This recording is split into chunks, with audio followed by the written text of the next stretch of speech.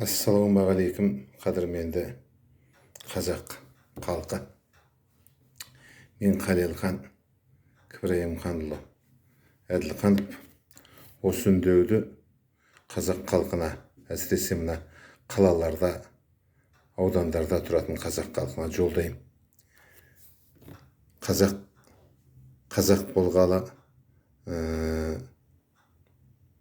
мына үйіне келген қонақтан, жолаушыдан жамбас пұл ішкен тамағына ақалмаған, қазақтың даласында ешқандай асхана, қонақ үй деген болмаған.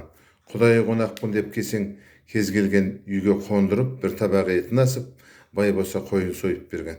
Соны пайдаланып, басқа келімсектер, кірмелер, мына ұйғыр, өзбек, дүнген, Қытай, орыс, кәріс сияқтылар қазақтың даласына кәсіп іздеп келіп, қонақ үйлермен кейін мына тойхана, мейрамхана, ресторан, асханаларды жіпірлетіп салып, соның арқасында бұлар қазақ халқының арқасында байыды. Біз міне күзетші болып отырмыз 50 мың, 60 мыңға. Қазақтың адалдығы, тазалығы, қулық сұмдығымыз жоқ. Соның кеселінен бір жағынан міне осындай күйге түстік.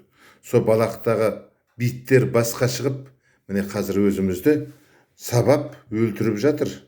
Шешендер, мына армян, грузин, түрік дегендер түгел. Содардың мен сияқты охранник болып жүрген біреуін көрдіңдер ме? Бұл қазақтың жамандығынан, қазақтың білімсіздігінен емес. Менде 2 диплом бар. Мен 25 жыл мәдениет саласында істеген адаммын. Жарайды, оны қояйық. Енді мына дүнгендердің, шешендердің, ұйғырлардың құтырып жатқаны, біз солардың тойханасына барып той жасаймыз, магазиннен барып сауда жасаймыз.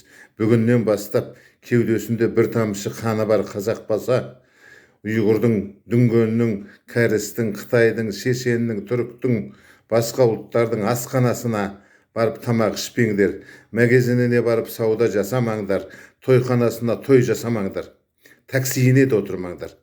Базарға барып сауда жасасаң, барахолкке барсаң, өтің жарылып кетсе де қазаққа барып сауда жаса. Сонда бұлар білет. Сонда бұлардың бәрі банкротқа ұшырайды. Міне осыны қазақтар біріңнен бірің таратыңдар. Мен мына 30 жыл бойы осы системамен күресіп жатқан, әділет үшін күресіп жатқанның бірімін.